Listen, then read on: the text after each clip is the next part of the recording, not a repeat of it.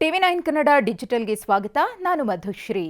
ಒಂದು ಕಡೆ ನಟ ರಾಕಿಂಗ್ ಸ್ಟಾರ್ ಯಶ್ ಅವರು ಟಾಕ್ಸಿಕ್ ಸಿನಿಮಾದಲ್ಲಿ ಬ್ಯುಸಿ ಇದ್ದು ಸಿನಿಮಾದ ಬಗ್ಗೆ ಹೊಸ ಅಪ್ಡೇಟ್ಸ್ ಅನ್ನ ಅವರ ಅಭಿಮಾನಿಗಳಿಗೆ ನೀಡುತ್ತಿದ್ದಾರೆ.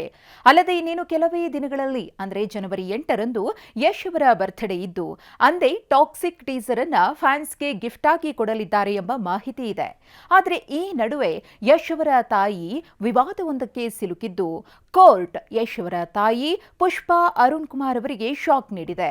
ಹೌದು, ಸ್ಯಾಂಡಲ್ವುಡ್ನ ನಿರ್ಮಾಪಕಿಯೂ ಆಗಿರುವ ಪುಷ್ಪಾ ಅರುಣ್ ಕುಮಾರ್ ಅವರ ವಿರುದ್ಧ ಹಾಸನದಲ್ಲಿ ಭೂ ಒತ್ತುವರಿ ಮಾಡಿರುವ ಗಂಭೀರ ಆರೋಪ ಕೇಳಿಬಂದಿದೆ. ಲಕ್ಷ್ಮಮ್ಮ ಎಂಬುವರ ಜಾಗದಲ್ಲಿ ಅಕ್ರಮವಾಗಿ ಕಾಂಪೌಂಡ್ ಅನ್ನು ನಿರ್ಮಿಸಿದ್ದಾರೆ ಎಂಬ ಆರೋಪದ ಹಿನ್ನೆಲೆ ಇವತ್ತು ಬೆಳಗ್ಗೆ ಜೆಸಿಬಿ ಮೂಲಕ ಕಾಂಪೌಂಡ್ ಅನ್ನು ನೆಲಸಮ ಮಾಡಲಾಗಿದೆ.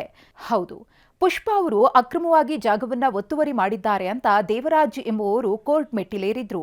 ಕೋರ್ಟ್ ಆದೇಶದ ಮೇರೆಗೆ ಹಾಸನದ ವಿದ್ಯಾನಗರದಲ್ಲಿರುವ ಪುಷ್ಪಾ ಅವರ ಮನೆಯ ಕಾಂಪೌಂಡ್ ಅನ್ನು ತೆರವುಗೊಳಿಸಲಾಗಿದೆ.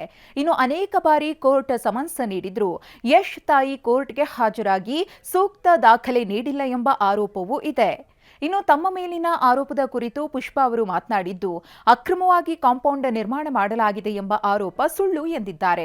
ಅಲ್ಲದೆ ಮನೆಯ ಕಾಂಪೌಂಡ್ ತೆರವುಗೊಳಿಸಿದವರ ವಿರುದ್ಧ ಮತ್ತು ಪಿಡಿಒ ನಟರಾಜ್ ವಿರುದ್ಧವೂ ಕೂಡ ಆಕ್ರೋಶ ವ್ಯಕ್ತಪಡಿಸಿದ್ದಾರೆ.